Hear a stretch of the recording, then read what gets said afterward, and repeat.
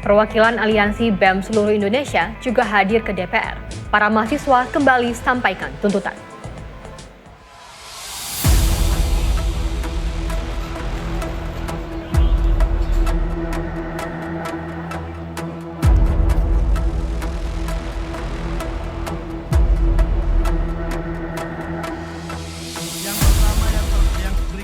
DPR RI akhirnya menggelar pertemuan dengan perwakilan Aliansi Badan Eksekutif Mahasiswa Seluruh Indonesia Kerakyatan dan beberapa organisasi mahasiswa lainnya. Pertemuan itu dihadiri 3 wakil ketua DPR RI, yakni Sufmi Dasko Ahmad, Cucun Ahmad Syamsurijal, dan Saan Mustafa. Pertemuan ini digelar setelah sebelumnya berlangsung aksi demonstrasi di Jakarta dan sejumlah daerah untuk mengkritik tunjangan fantastis anggota DPR RI dan kinerja buruk lembaga legislatif. Para mahasiswa tetap pada 17+8 tuntutan mereka. Di antaranya reformasi di tubuh DPR, hingga segera disahkannya rancangan undang-undang perampasan aset bagi koruptor. Semua rasakan, dan di tengah tekanan krisis yang masyarakat kecil di bawah alami. Pertama-tama menanggapi hal itu, saya menuntut untuk Bapak-Bapak Dewan dan pemerintah sekalian untuk segera mengesahkan rancangan undang-undang perampasan aset sekiranya dalam kurun waktu 30 hari. Melihat bagaimana indeks persentase korupsi Indonesia yang saat ini terakhir audit itu mendapatkan skor sebanyak 22. Yang mana dalam penilaian skor itu 0 artinya tingkat korupsi itu begitu parah, dan 100 artinya negara itu begitu bersih dari korupsi. Indonesia mendapatkan skor 22 di tengah standar internasional yaitu sebesar 43.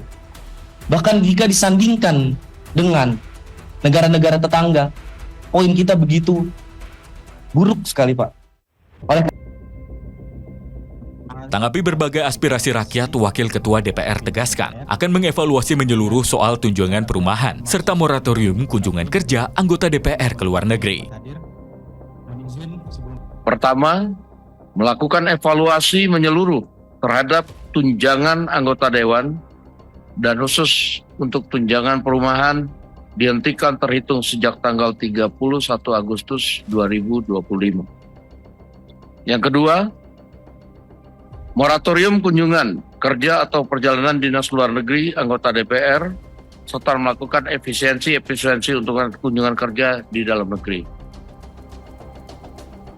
Reformasi DPR akan dipimpin langsung oleh Ketua DPR Ibu Puan Maharani untuk menjadi DPR yang lebih baik dan transparan. Kami juga meminta. Sementara soal pengesahan rancangan undang-undang perampasan aset, Wakil Ketua DPR RI Saan Mustafa sampaikan akan segera membahas RUU perampasan aset jika undang-undang KUHP rampung diputuskan. RUU perampasan aset.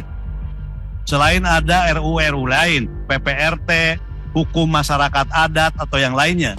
Tapi dari semua, titik tekannya adalah terhadap RUU perampasan aset. Tentu DPR berkomitmen untuk membahas dan menyelesaikan ini.